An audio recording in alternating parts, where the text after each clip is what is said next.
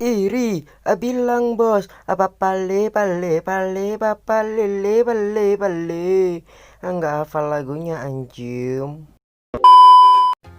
Assalamualaikum warahmatullahi wabarakatuh. Setelah lama tidak upload, kali ini saya upload dan memberikan kalian sedikit hiburan-hiburan dalam video yang beredukasi ini. Iya, memang di akhir-akhir ini saya sedang sibuk untuk melakukan traveling, mendaki gunung, lewati lembah. Hahaha. Dan seperti biasa saya akan menanyakan kabar kalian semua. Bagaimana kalian masih jomblo atau mungkin sudah mempunyai pasangan namun kalian diselingkuhi? Iya, sama aja anjing. Tetapi saya selalu mendoakan agar kalian semua cepat-cepat mendapatkan jodoh agar tidak selalu jomblo-jomblo. Dan welcome to tripku channel 0000. It feels like I'm skydiving when I text you. Rose petals on the floor outside your bedroom. Sunshine whenever you smile, it's the best view. Ngomong-ngomong masalah Mobile Legends dan permainannya, tentu saja push lane atau push tower adalah hal yang penting dalam suatu permainan. Karena jika kita melakukan push lane atau push tower, maka kita akan dapat memenangkan atau menguasai pertandingan, dan kita dapat dengan mudah memenangkan suatu pertandingan. Karena jika kita melakukan push lane dan menguasai 3 lane, maka kita akan dapat membuyarkan konsentrasi dan strategi lawan kita. Tetapi saat kita push lane, seharusnya kita menggunakan hero-hero yang khusus untuk melakukan pusher. Agar tingkat keberhasilan push lane dan pertandingan kita besar, maka saya akan memberikan 5 hero recommended untuk melakukan push lane atau push tower. Yang pertama, hero recommended untuk melakukan pusher atau push lane adalah hero Masa.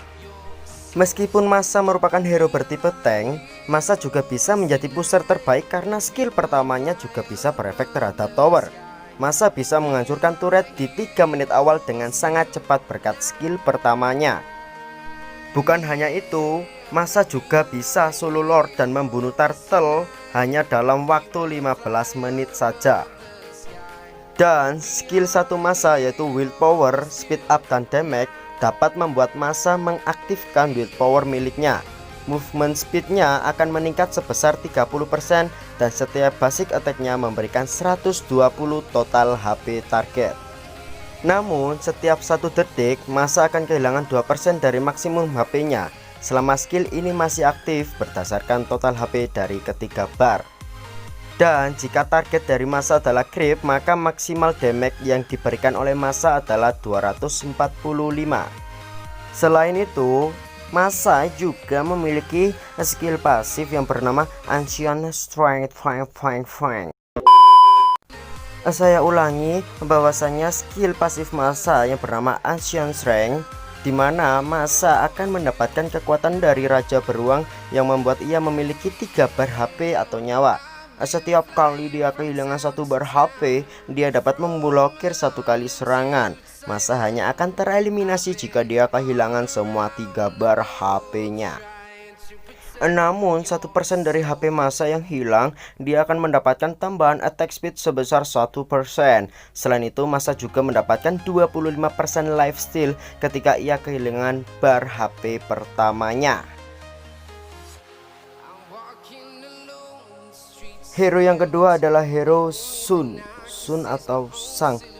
Ya, yang penting tulisannya S, U, dan N. Dan sebelum membahas lebih dalam, mari kita bernyanyi tentang lagu Keras Sakti. Yo semua, seekor kera terpuruk terpenjara dalam gua di gunung tinggi sunyi tempat hukuman para dewa, bertindak sesuka hati, loncat ke sana ke sini, hiraukan semua masalah di muka bumi ini dengan selesai bulu dan rambut dan tubuhnya. Dia merubah menerjang semua walau rintangan semakin panjang dan membentang. Tak jadi masalah, tak akan beban pikiran, berkelana setiap hari demi mendapatkan Aduh, capek habis bernyanyi. Mari kita membahas skill Hero Sun ini. Kenapa ia menjadi hero pusher atau hero rekomendasi untuk melakukan push lane atau push tower. Apa sih yang membuat hero ini itu menjadi hero rekomendasi untuk melakukan push lane? Ya, skill ultimate-nya yang bernama Clone Techniques. Sun akan memanggil doppelganger yang memiliki 70% atribut darinya. Doppelganger atau cloningnya akan menerima lebih banyak damage, sementara setiap serangan mereka akan meregenerasi HP Sun sebesar 56% total physical attack. Doppelganger atau cloningannya ini akan bertahan selama 12 detik, dan di dalam permainan Mobile Legends 12 detik itu adalah waktu yang cukup lama. Dengan begitu, hero ini akan dapat dengan mudah melakukan push tower karena dibantu 3 cloningannya. Dan jika kalian ingin lebih cepat untuk melakukan push tower, maka kalian bisa menggunakan spell Fury atau Inspire. Dengan begitu, attack speed kalian akan otomatis meningkat dan dapat dengan mudah menghancurkan turret musuh. Dan seperti biasa yang ditunggu-tunggu sebelum kita ke nomor 3, saya akan memberikan sedikit hiburan agar kalian semua dapat melupakan rasa kejombloan kalian.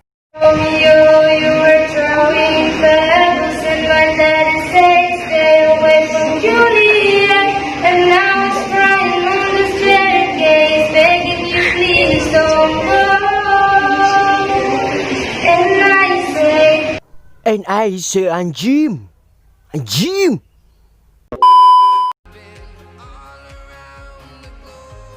Dan di nomor 3, hero pusat terbaik berasal dari Role Marksman. Siapa lagi kalau bukan Mia, hero yang baru saja di revamp.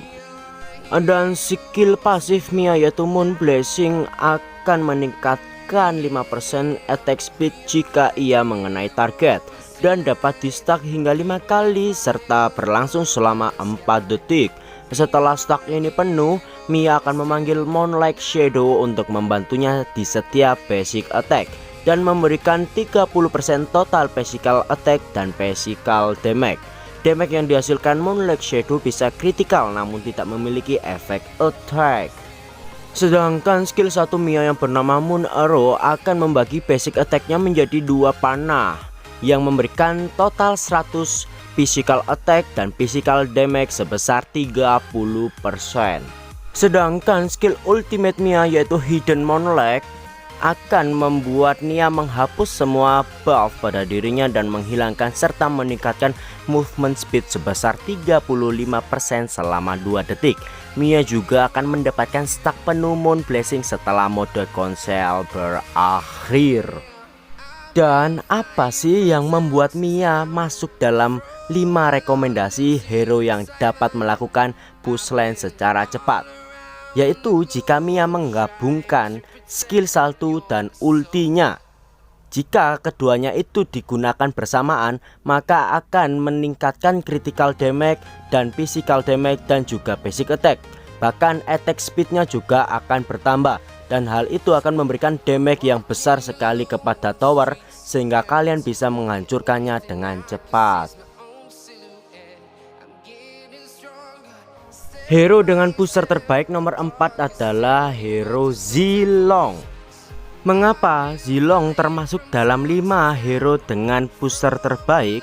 Karena Zilong memiliki skill pasif yang bernama Dragon Flurry, di mana setelah 3 basic attack, Zilong akan memperoleh Dragon Flurry pada basic attack selanjutnya yang menyerang target berulang kali, memberikan 150% damage basic attack dan memulihkan HP Zilong setara dengan 50% dari physical attack-nya.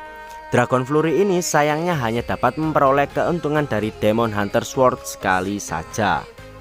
Dan skill ultinya Zilong itu namanya Supreme Warrior, yaitu berubah menjadi terbakar. Jika skill ultinya aktif, maka Zilong akan memperoleh 40% movement speed dan 45% attack speed dan menjadi imun terhadap efek slow selama 6 detik. debuff akan dihapus ketika skill ini digunakan. Saat skill ini aktif, maka Dragon Flurry dapat diaktifkan setiap 2 basic attack. Dan berkat skill 3-nya atau ultimate-nya dan bantuan pasifnya, Zilong dapat meratakan tower dengan cepat. Karena pada saat skill 3-nya atau ultinya aktif, Zilong akan secara otomatis mendapatkan attack speed yang meningkat. Dengan begitu, Zilong dapat menghancurkan turret lawan dengan cepat dan mudah. Hero dengan booster terbaik yang terakhir adalah Hero Bane, di mana hero ini sudah memiliki keahlian khusus atau kemampuan khusus untuk melakukan push lane. Dan skill ketiga Bane yaitu bernama Deadly Cage. Deadly Cage merupakan sumber damage terbesar yang dimiliki oleh Bane. Ketika skill ini aktif, Bane akan memanggil sekumpulan hiu untuk bergerak ke tempat yang telah kalian tentukan. Ketika mereka mengenai lawan, mereka akan menerima 160% total physical attack. Selain itu, skill ini dapat mengurangi movement speed sebesar 30% dan attack speed lawan sebesar 50% dan juga memberikan 40% damage kepada turret. Mungkin inilah kelebihan utama hero Bane, yakni sebagai pusher. Bane juga dapat melakukannya dengan cepat karena skill 3-nya dapat digunakan pada tower serta ia bisa menyembuhkan dirinya sendiri, sehingga tidak harus bolak-balik kembali ke base untuk mengisi nyawa atau HP-nya. Dan saat memakai kelima hero tersebut, jangan lupa untuk memakai item. Dengan menggunakan Malefic Roar, kalian akan mendapatkan tambahan berupa 60% physical attack yang membuat damage dari skill serangan kalian menjadi lebih sakit lagi. Malefic Roar juga memiliki pasif skill yang sangat baik untuk mengcounter hero tank. Dengan adanya item ini, damage yang diterima lawan maupun turret juga akan semakin tinggi. Jika kalian hendak melawan hero tank, lawan yang memiliki armor tebal maupun saat melakukan push, maka item ini cocok banget untuk kalian beli. Jadi, Malefic Roar merupakan item penembus armor, baik armor hero lawan maupun armor dari turret. Terima kasih, bila ada salah kata mohon maaf dan jangan lupa untuk klik